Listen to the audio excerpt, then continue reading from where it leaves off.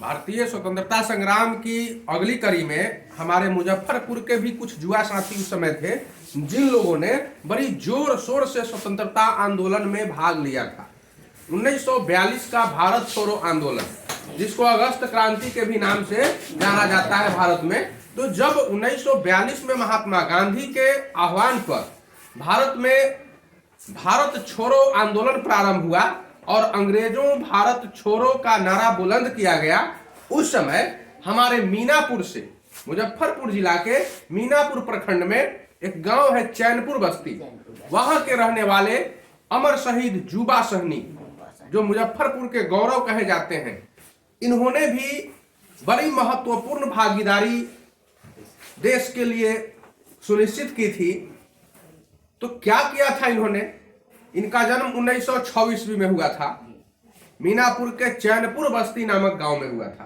बड़ा गरीब परिवार से थे, मल्लाह परिवार से आते थे, लेकिन बहुत ही साहसी व्यक्ति थे। जब गांधी जी के आह्वान पर देश में अगस्त क्रांति की शुरुआत हुई और भारत छोड़ो का आंदोलन प्रारंभ हो गया, उस समय जुब्बा सहनी के नेतृत्व में गांव के लोग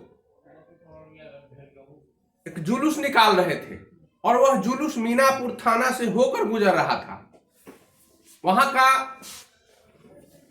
दरोगा उस समय वालर था, लेफ्टिनेंट वालर। तो वालर जो था वह जुलूस को रोकने का प्रयास किया। उसने कहा कि जुलूस नहीं निकालना है, यह अवैध काम है, यह गलत काम है, जुलूस को भंग करो। और गांव के लोगों ने कहा कि हम शांतिपूर्वक जुलूस लेकर जा रहे हैं, तो आपको क्या दिक्कत हो रही है? जो बात उस समय चौरी चौरा में हुई थी वही बात यहाँ होने लगी। तो ये नहीं माना, गोली चार्ज कर दिया तो भगदड़ मच गई वहां।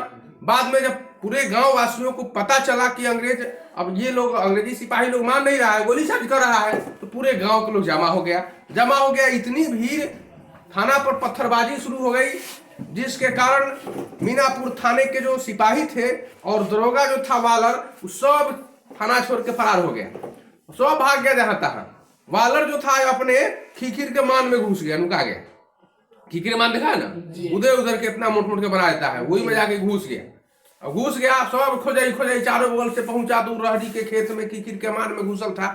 डरा गया, पीछे से ओकर टंगड़िया धो के घींच लिया मुसवा लेकर, और वो सरकवई दोनों हथवा दोनों गोरवा बांध दिया बांस में और टांग लिया, चार गोरा से लेकर चलाया थाना पर, और थाना पर दो के फूंक दिया उसे। तो लेफ्टिनेंट वालर को जिंदा जला दिया गया और पूरे गांव वासियों ने मिलकर जलाया।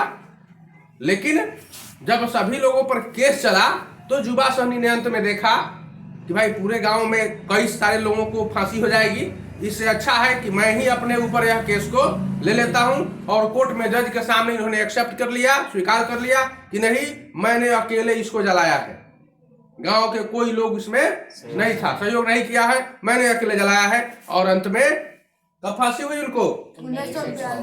यहाँ पर महत्वपूर्ण तिथि मैंने लिख दिया, 11 मार्च 1944 ईस्वी को अंग्रेजों ने इनको फांसी दे दिया।